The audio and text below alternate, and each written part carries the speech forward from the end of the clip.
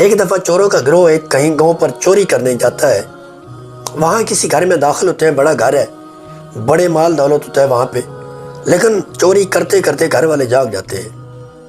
اب یہ وہاں سے بھاگتے ہیں, وہ گھر والے شور ڈالتے ہیں, محلے والے جاگ جاتے ہیں, بھاگنا شروع کر دیتے ہیں. اب اس بھاگ کے اندر, اندھیرے کے اندر سمجھ نہیں آ رہی تھی, تو یہ بھی ان کے ساتھ کچھ نہ کچھ مل جل جاتے ہیں. پہچان نہیں ہو رہی تھی, سب ویسے ہی کہہ رہے تھے چور کدھر گئے, چور بھاگ گئے, چور کدھر گئے, چور بھاگ گئے.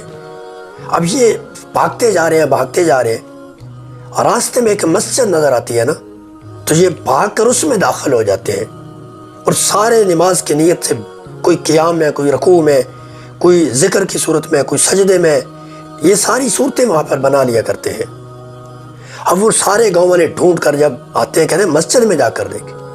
جب مسجد میں جا کر دیکھتے ہیں تو یہ سارے نماز پڑھ رہے ہوتے ہیں. کہتے ہیں یہ تو کوئی اللہ والے آئے ہوئے ہیں, دین کے تبلیغ کرنے والے آئے گئے ہیں, کوئی مسافر لوگ ہیں شاید, ہمارے چور تو یہاں پہ نہیں ہے. خیر سے وہ واپس پلٹ جاتے ہیں.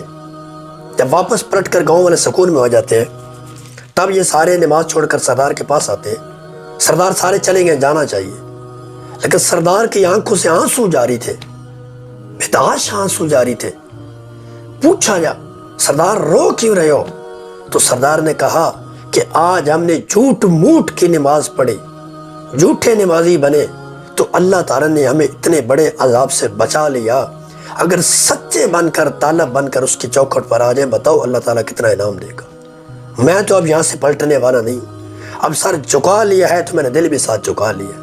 سب کہنے لگے سردار گناہ کیے تیرے پیچھے کیے, اگر چوری ڈاکے کیے تیرے پیچھے چل کر کیے, تیری ہر بات مانی. آج اگر سچی تو بات کہہ رہا تھا, کیا تیری نہیں مانیں گے؟ ہم بھی تیرے ساتھ اسی سفر پر گامزن ہوتے ہیں. سب نے سر جھکایا, سجدہ کیا, مالک سے معافی مانگی اور اللہ کی راہ پر نکل پڑے. پھر ساری زندگی اس کام میں وقف کر دی. یہ رب تعالیٰ کا ایک نظام ہے کہ بندے کے پردے رکھتا ہے, معاف کرتا رہتا ہے. شاید میرا بندہ میری بارگاہ میں آ جائے, شاید میرا بندہ میری بات مان جائے, لیکن جب بندہ بالکل گزر جاتا ہے تب جا کر اللہ تعالیٰ پکڑ کرتا ہے. اور اگر بندہ پلٹ کر آ جائے تو اللہ تعالیٰ اپنی رحمتیں بندے پر نازل فرما دیتا ہے.